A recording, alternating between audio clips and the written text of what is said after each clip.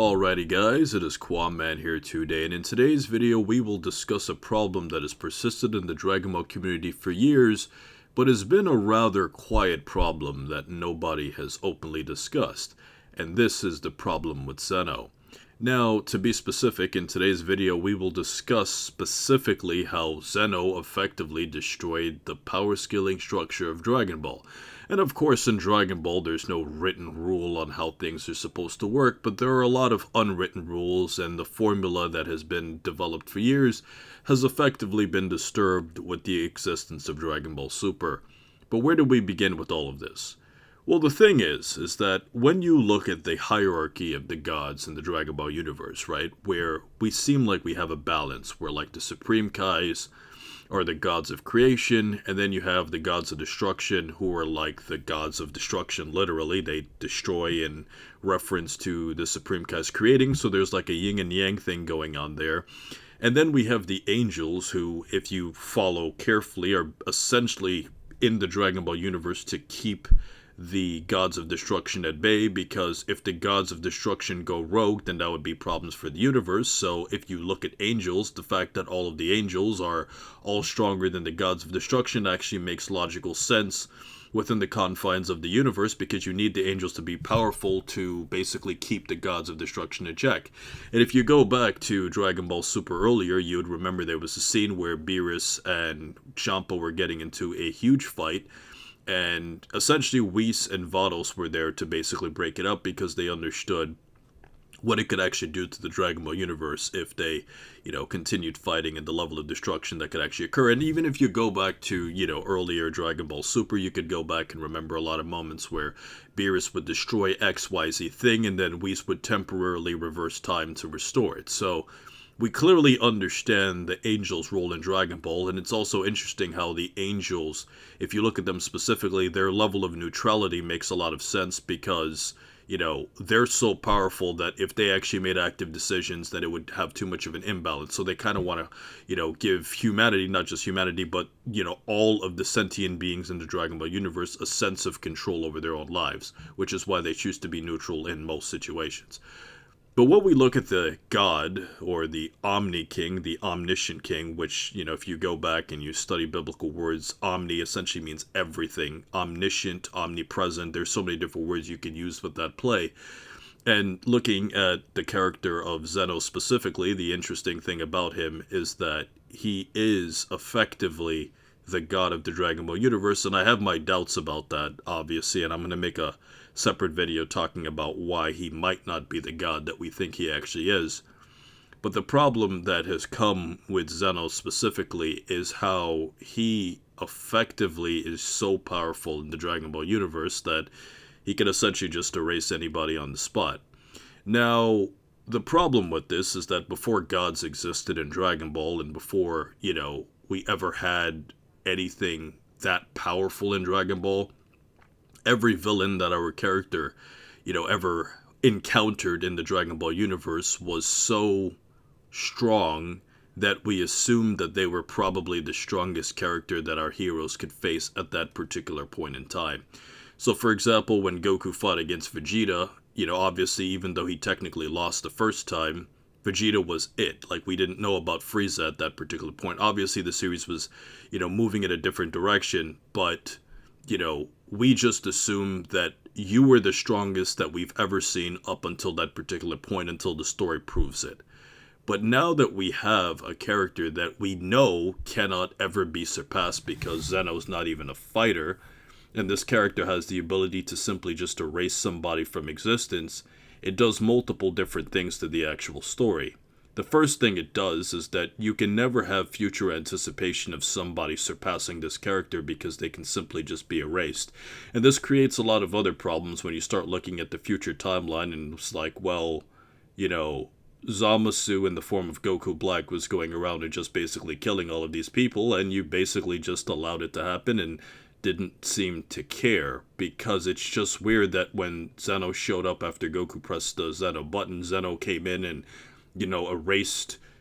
Black, but the weird thing about it is that you just start thinking about all of the damage that was happening and the imbalance of the entire universe, there's no possible way that Zeno cannot notice all of the Supreme Kais are being killed and all of the gods of destruction are gone and do absolutely nothing about it. I feel like in a lot of ways,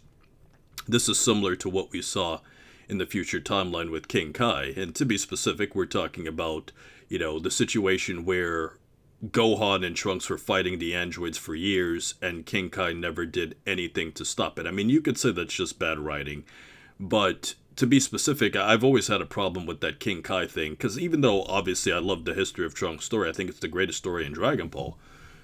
but it's just so hard to believe that King Kai couldn't get in contact with the Namekians or do anything like that. So you have a character that not only is completely absent-minded about one of the biggest issues ever, and it just simply makes no sense because all of the angels basically became defunct, because if the Supreme Kais are gone, that means the gods of destruction are gone, which all means the angels are essentially useless because all forms of the deities are basically annihilated. And you mean to tell me that all of this was happening and nobody banded together or nobody did anything to stop? So we have a situation where we can't look forward to a stronger character because of Zeno's existence. We have a situation where we have an absent-minded childlike leader who just doesn't do anything. And the biggest problem of all is even going deeper into power scaling itself. Zeno is so powerful that whatever threat does happen to come in the future, you kind of can just think and say, if you can just call Zeno and, if Goku can somehow get a Zeno button or do anything like that, or Zeno could just erase the problem from existence, And when you think about the entire history of Dragon Ball, where any single villain or hero that comes into the fray can simply just be erased so fast, you start thinking to yourself, well, there's always this back burner answer to solving the problems. And Dragon Ball Super has obviously figured this out, where, they started doing this with Beerus and Resurrection of F, where essentially they kind of just put Beerus on the sidelines while Goku and Vegeta are fighting Frieza. Beerus kind of just observes. And Dragon Ball Super is very smart about the problem that they created. They understand that objectively, because Beerus and theoretically Whis, if he wanted to break the rules, kind of similar to what Beerus did, and a lot of these other characters wanted to, they can just kind of just deal with the problem themselves. So the way to solve it is just make the gods spectators. And while all of this is fine and dandy, it just sucks knowing that there's always going to be this one force in the universe that could always just come in and simply just wipe out the villain simply just because. So no matter how bad Moro is, no matter how bad Broly is, no matter how bad, whatever villain you want to come up with, Max Cell, if you even want to go that far, Goku can just always go and say, hey Zeno, can you do me a favor, just wipe him out, and that's essentially it. And when you think about it from the perspective of the Zamasu arc, that was an arc where our heroes completely lost, but they technically survived because they basically just called on the most powerful god in the universe to solve their problem for them. And even though I feel like the arc itself was really good, the fact that it takes away from our characters doing the work themselves kind of felt a bit underwhelming. And ultimately, I feel like it's going to put us in a situation in the future where the best way for Dragon Ball to deal with this actual problem is literally just to keep Zeno out of the entire story completely. Obviously now we have two Zenos because, the future Zeno is now friends with the present Zeno, which is, kind of funny how he's basically friends with himself. It's kind of like he just found a twin brother out of nowhere.